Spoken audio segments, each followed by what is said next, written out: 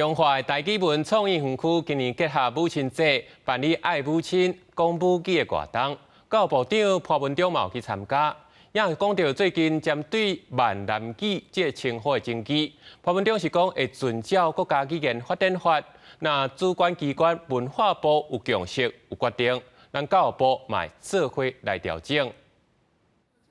中华台语文创意园区是全台湾唯一以台语为主的园区，今年成立满6周年。园区也结合母亲节举办爱母亲、讲母语的活动。正关心台语推广的总统副主席姚嘉文，嘛期待其他县市会当成立台语园区。像讲嘉义啊、台南啊、云林片做苗栗关贸人来，不过多数还是中华吼。啊，北县市也希望讲会共款设置这款台语文的这个园区吼。2018年成立的台语文园区，由关怀文教基金会负责管理，是推展台语的重要基地。面对最近教育部以闽南语来称呼台语，引起学者甲民间团体不满的争议，关怀文教基金会董事长周清玉认为，台语的讲法并无问题。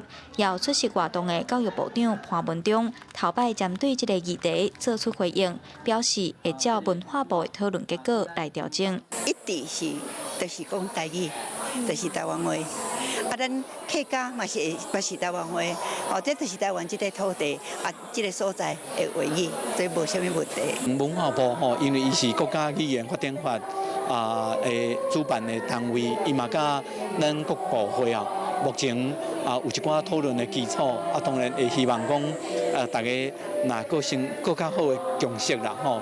那文化部这边有做这个共识的决定，那教育部嘛针对着这个名称，也是咱伫学校实施的课程的名称啊，会同一步来进行吼。教育部表示，2023年有针对语言名称调整开过几啊摆会议，但是国母语族群有无同的意见，目前也搁咧讨论。希望大家对本土语言的名称有共识，拢会当接受，安尼稍后的推展才会搁较顺势。